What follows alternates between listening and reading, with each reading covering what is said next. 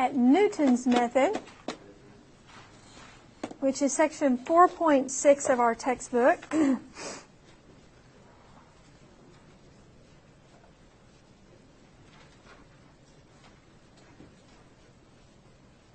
Now, Newton's method, I hate to say this, but it's a very powerful method, but it's almost outdated, really, by our calculator.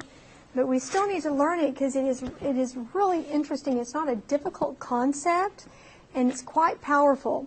So when we take a look at Newton's method, before we really jump in here and do this, the goal is to find the x-intercept.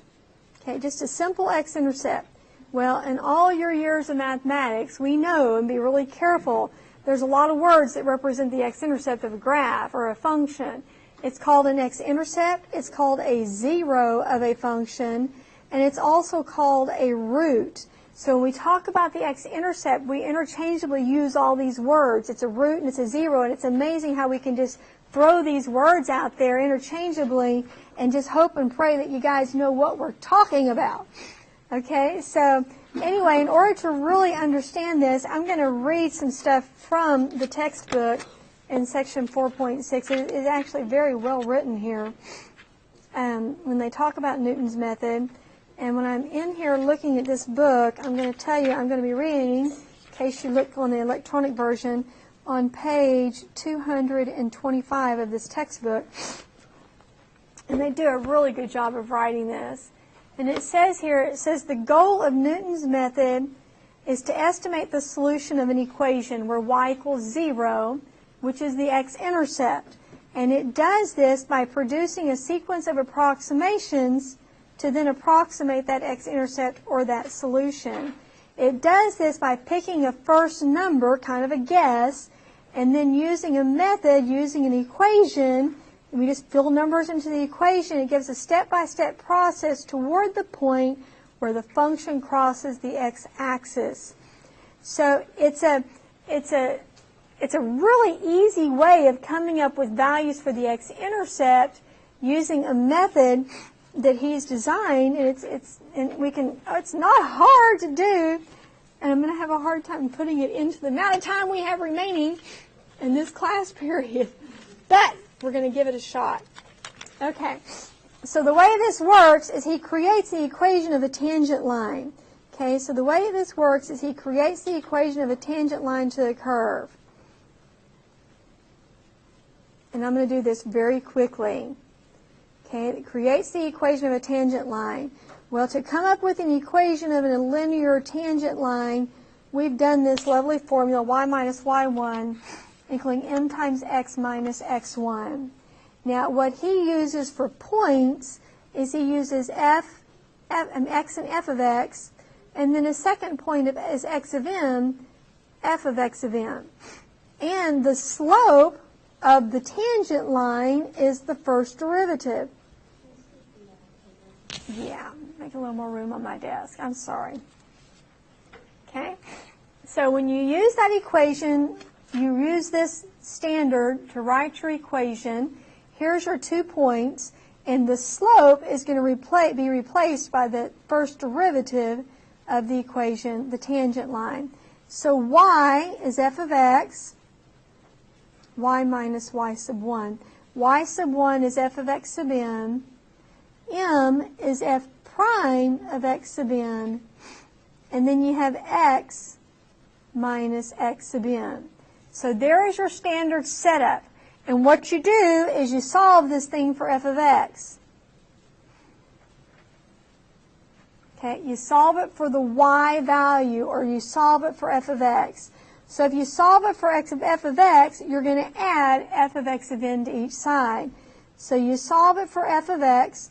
So in other words, you add f of x of n really simply to each side.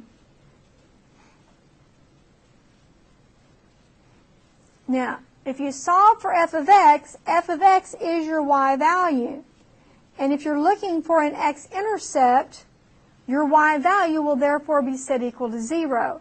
So if you're looking for an x-intercept, y equals 0, add an x-intercept, which is also referred to as your 0, which is also referred to as a root, all those words. So you set that equal to 0.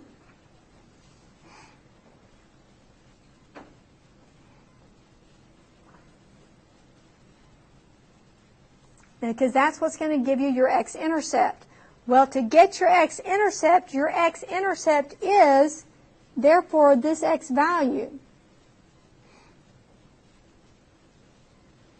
So now you solve this equation for that x value, and when you do, this is what you get.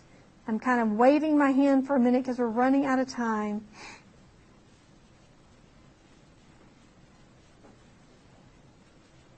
It's not a difficult process at all. That's just what it comes out to be. So then what turns out is this value becomes your estimate of your x-intercept. Okay, that is your estimate, your very good estimate of your x-intercept. So that's how Newton's method works. Now they give a procedure, and like I said, I'm moving pretty quickly here because we're kind of on a time crunch. Why does it become subtraction when you put in the y-intercept? Okay, your y, your f of x is 0, and so you're going to move the f of x of n over, which is subtraction. Then you're going to divide it by f prime, right? When you move it over, How did that become a negative? You had prime of x in. Yeah, you had a plus and then suddenly it became a You're subtraction. adding then, you're subtracting it. So that's See. yeah, I see what you're saying. Hold on a second. Oh, okay. What's going to happen? Well, this is plus. What's going to happen is when you distribute here, when you distribute, which is what you end up doing, you end up distributing. No, you don't. Hold on. You bring this one over, which makes it negative. And you bring this over, it makes it negative. Then you're going to divide by the f prime, and then you're going to add x sub n. That's how it comes out. It's not difficult. It's really not bad at all. Okay, so that's going to be your method of coming up with values for your x-intercept. Now, here's what the method is, and this is in the textbook on page 226. Okay, and it's really not difficult. And it says the way you do this with Newton's method to come up with the x-intercept of a function, you first kind of guess a first approximation to what you think the x-intercept is. So when you set y equal to 0, that's where your x-intercept is occurring. So you guess your first x value. Then, after you've guessed it, you plug it into this formula here to find the second x value closer to the x-intercept, the third x value closer to the intercept, and so forth until you get so close that it's almost exact. Now, when you use this algebraic process, it doesn't make any sense. Okay, you're just plugging numbers in. It's like, hey, wow, this is kind of cool. This is working. Okay, so you derive this, and when you derive this, that makes sense. But when you start plugging numbers in, you kind of lose sight of how all the underlying, mechanics is going on there. But amazingly, it works amazingly well. And this is not difficult at all. So let me go in and let's just start doing some examples. And you can see this is very simple, but it's very hard when you're going through the examples to understand why this is working.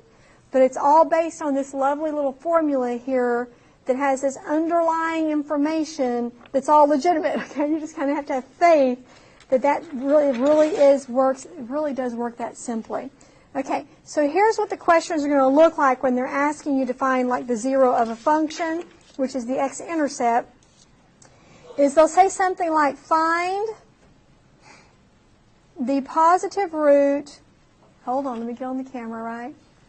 Find the positive root of the equation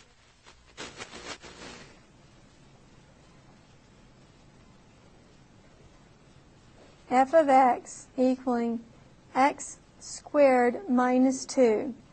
Beginning with, they're going to give you a starting point, x of 0 equaling 1. What are y'all laughing so about?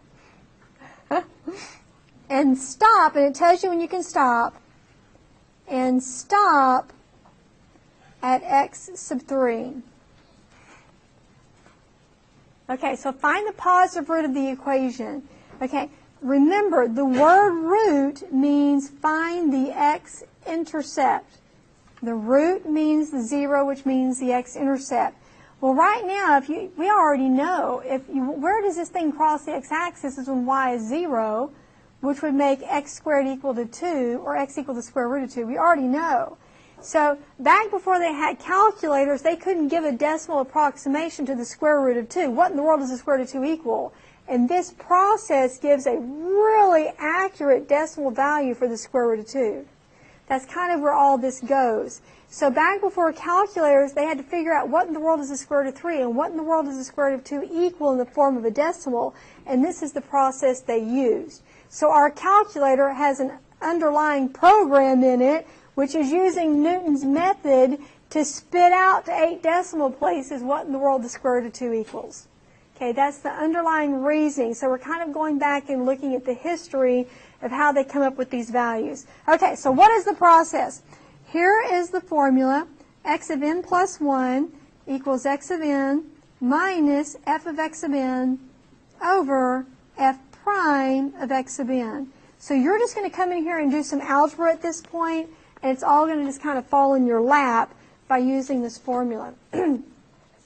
They told me to start with x of 0 equaling 1.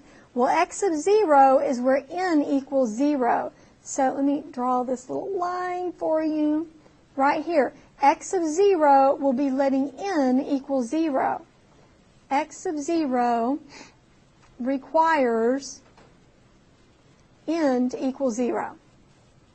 Okay, so x of 0 plus 1 is x of 1. So x of 1 equals x of 0 minus f of x of 0 over f prime of x sub 0. That's plugging it all in. Okay, so now we've got to figure all this stuff out. What is f of x sub 0 and what is f prime of x sub 0?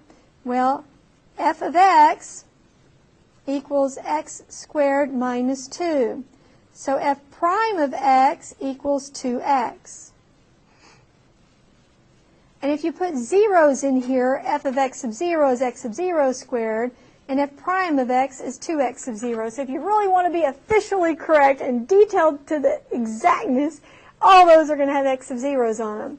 So now, they told me that x sub 0 is given to be 1. So this is 1 minus f of 1 over f prime of 1, which equals 1 minus, what is f of 1? You plug it into f of x sub 0, right? This can be 1 squared minus 2. Maybe I should put this on here. Maybe I should do this. F of 1 is going to be 1 squared minus 2, which is negative 1. And f prime of 1 is going to be 2 times 1, which is 2. So this is going to be 1 minus a negative 1 over 2, which is 1 plus a half, which is going to be 3 halves. There's the first one. Okay, so x sub 1 equals 3 halves. Okay, now let's do x sub 2. X sub 2, by this formula up here, is replacing n with 1.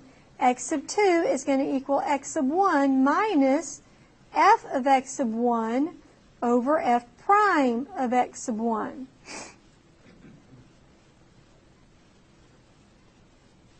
Okay, so f of x sub 1, well, if x sub 1 is 3 halves, is f of 3 halves, right?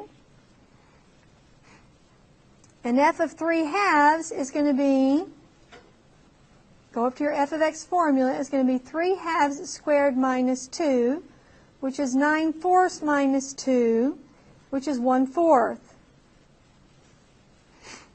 Oh, y'all got to keep me on the screen. F of x sub 1 is 3 halves. F of 3 halves is going to your f formula, taking 3 halves and squaring it minus 2, which is 9/4 minus 2, which is 1/4. Then f prime of 3 halves is going to be 2 times 3 halves,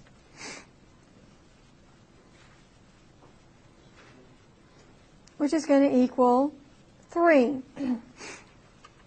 So this x sub 2 now equals x sub 1, which is 3 halves, minus f of x sub 1, which is 1/4, over f prime of x sub 1, which is 3. So this is 3 halves minus 3 fourths.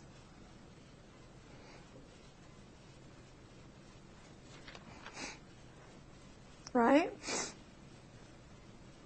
No, that's not right. It's 3 halves minus 3 twelfths, right? Okay, 3 halves minus 3 twelfths, which I came out to be 17 twelfths, is that right? 17 twelfths. So that's what equals x sub 2. Now they want me to do x sub 3, so we got one more to go. By the formula, x sub 3 will equal x sub 2 minus f of x sub 2 over f prime of x sub 2.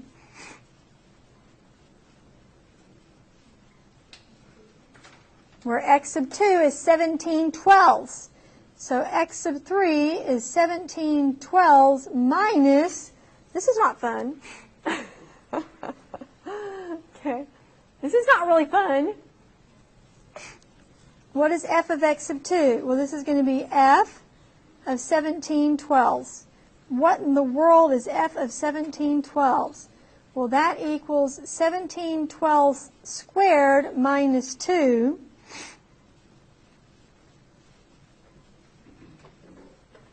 And I think that I did this on the calculator at this point. I think I went to decimals.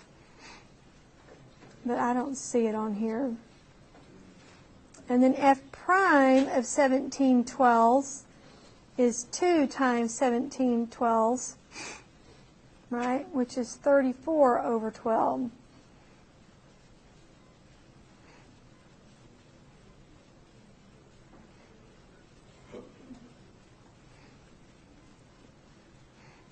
And I don't have all of my numbers written here. Anybody have an approximation of what 17 twelfths squared minus 2 is? I thought I had it here, but I don't see it.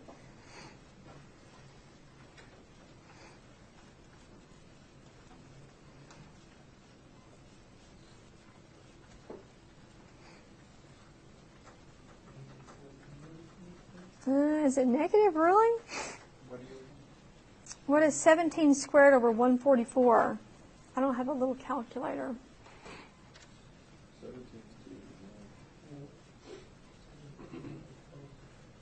Here, it's this.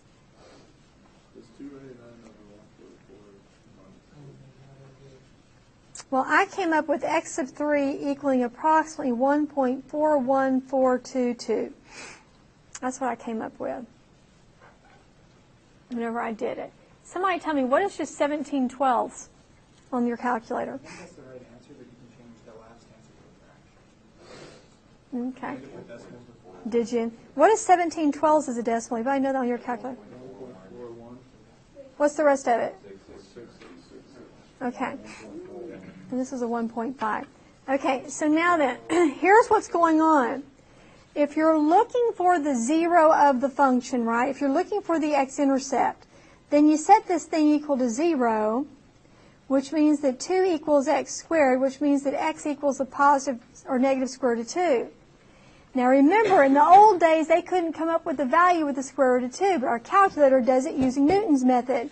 Now, what is on the calculator? Tell me, on the calculator, what does the square root of 2 equal? Give me everything it says. 1.414213562.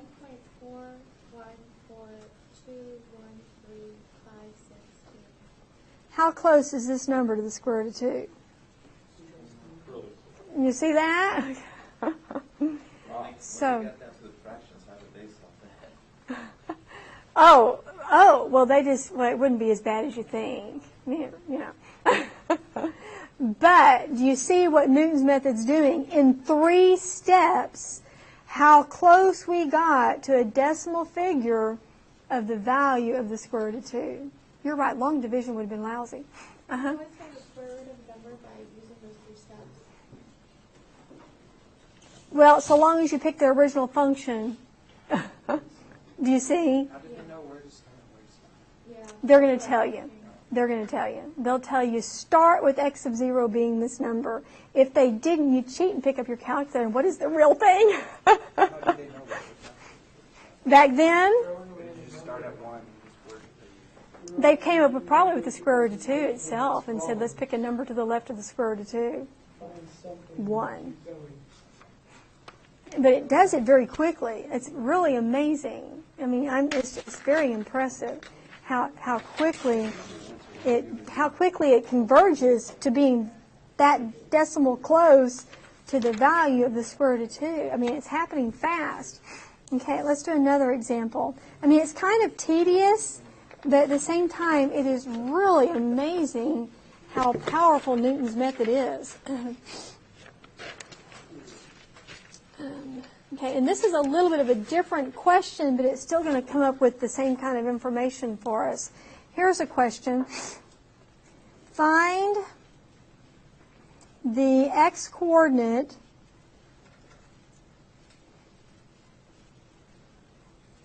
of the point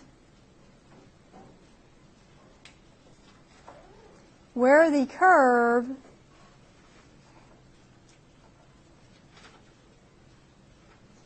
y equaling x cubed minus x crosses the horizontal line y equaling 1. Now you're trying, what does it have to do with the x-intercept? Okay, we'll get there though. And then they do give me a start. Start with x sub 0 equaling 1, and it says, oh my gosh, and it says calculate through x sub 5. That's pretty far out there. I used my calculator heavily to get this, okay? Okay, so what does this have to do with the 0 of a function? Well, if you want to know where these two lines cross, okay, it's like having a system of equations. If you want to know where these two guys intersect, what do? You set them equal to each other, right? You set them equal to each other. When you're solving a system of equations, you want to know where they cross, their point of intersection. You're solving a system of equations. Well, to solve this, you set the thing equal to 0, which ultimately means if you start with the cubic function, x cubed minus x minus 1, and set it equal to 0, you're looking for the x-intercept of the x cubed minus x minus 1 function. All right? So you are going to end up using Newton's method to get there. So once again, you go through the process where they say start with x sub 0 equaling 1, using the formula that x to the n plus 1 equals x to the n minus f of x of n over f prime of x sub n.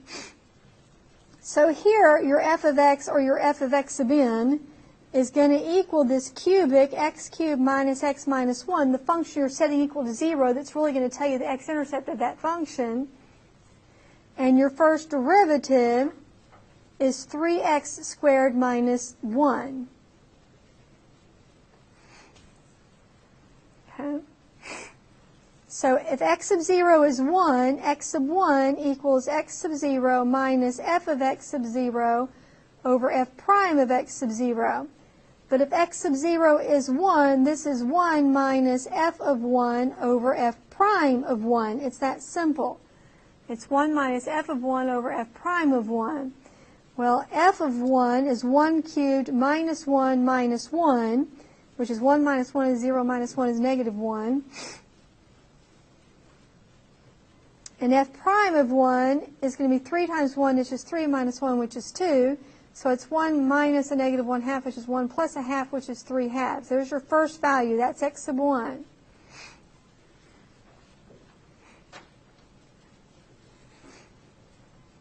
Okay, x sub 2 is going to equal x sub 1 minus f of x sub 1 over f prime of x sub 1, where x sub 1 is 3 halves.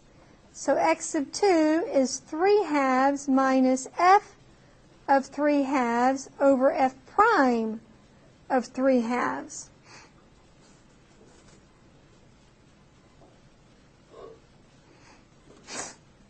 And when I did this, I came up with 1.3478 3. So you're going to end up really using your calculator to put these in. You're going to be typing in your calculator. Then you're going to go through and generate x sub 3. And when you do that, you're going to put all these decimals into your calculator. I took it out to the 5th decimal place. You're going to do f of 1.34783 over f prime of 1.34783. And when you do that on the calculator, I got a 1.325200. Okay, and you're going to keep doing this all the way down. And when you do, you'll come up with the true zero of this cubic function.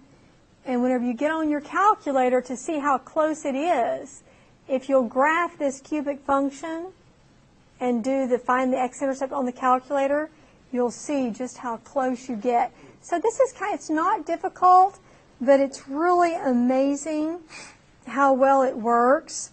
Okay, and I'm just going to put etc. because this is just a lot of handwork on your calculator. Okay, now then, have we run out of time? Okay, I'm just going to start you on the next one, and then you'll be through with this section. It's kind of weird how this one is set up, but on the third question here, which is really the last one in the lecture anyway, and this one's kind of hard to get into your calculator, but it says the curve y equaling tangent of x. No, we don't get till 3. We're okay. You're trying to fool me. Y equals the tangent of x crosses the line y equaling 2x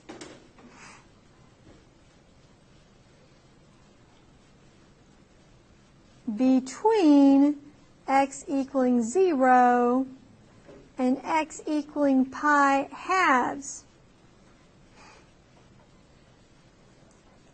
Use Newton's method to figure out where they intersect.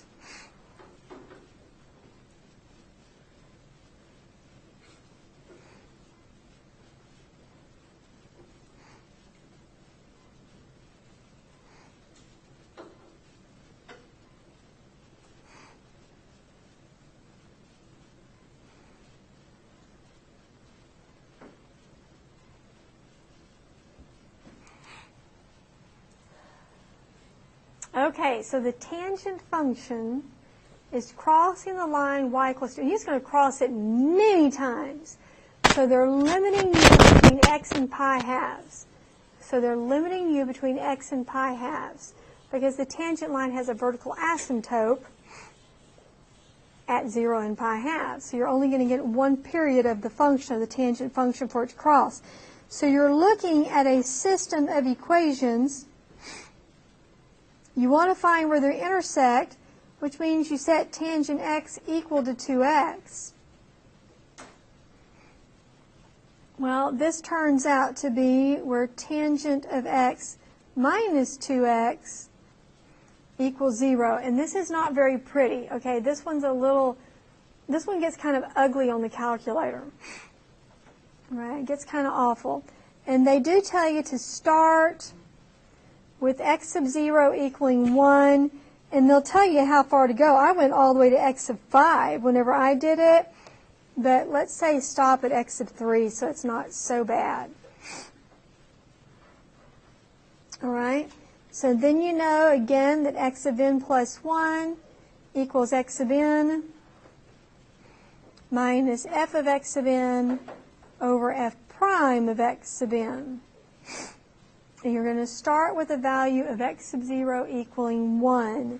So now, if you let f of x equal tangent of x minus 2x, then f prime of x is going to equal the derivative of tangent is secant squared x, right? So it equals secant squared x minus 2. So you start plugging these things into the calculator, you're going to have a lot of little decimals. So x sub 1 is going to equal 1 minus f of 1 over f prime of 1, and everything needs to be in radian mode.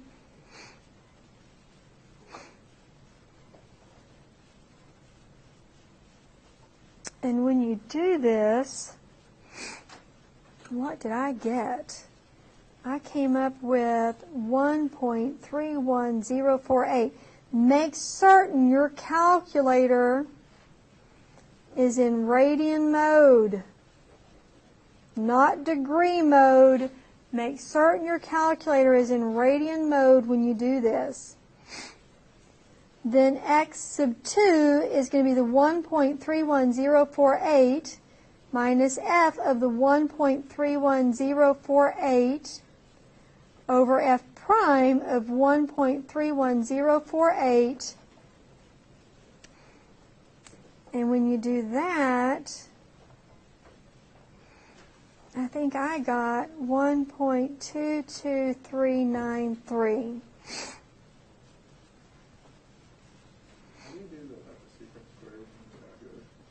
Oh, that's what's so ugly. Yeah. Let me do one more and I'll show you. I'm just going to write this. Then x sub 3 will be 1.2293 minus f of the 1.22393 over the first derivative of the 1.22393. And this one I got to be 1.17605. And what happens, actually, the more you do this, I did more than this.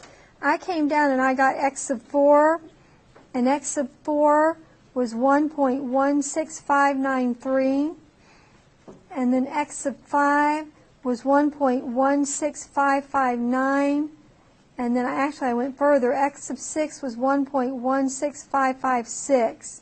So when they get that close together, this is where you can see it's converging, and then you stop. So the numbers get to the point where they do reach a point where they're close enough to be in the same that we stop.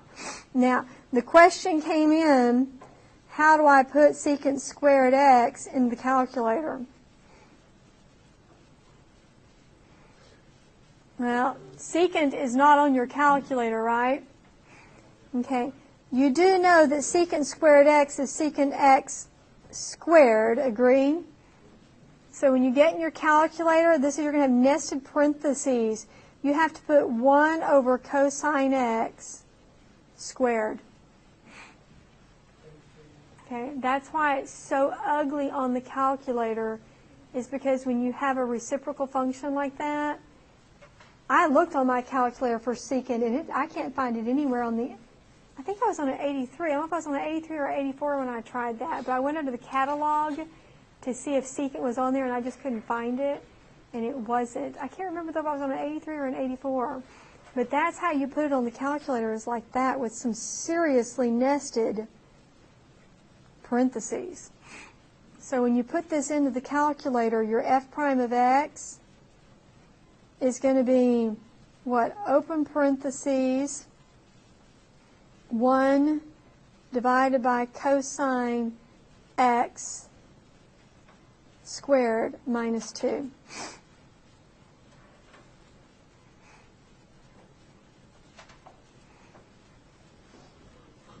Okay, that's what it's going to look like. And then your f of, that's how you're going to type, the f of x is tan x minus 2x, which is not so bad. But you're going to have a lot of nested parentheses when you get it in there. Not fun. Okay. And actually, guys, that is the end. How in the world did we cover so much in such a short period of time? So Newton's method is pretty cool, but really the big thing about Newton's method is coming up with approximations to the square roots of like 3 and 2. And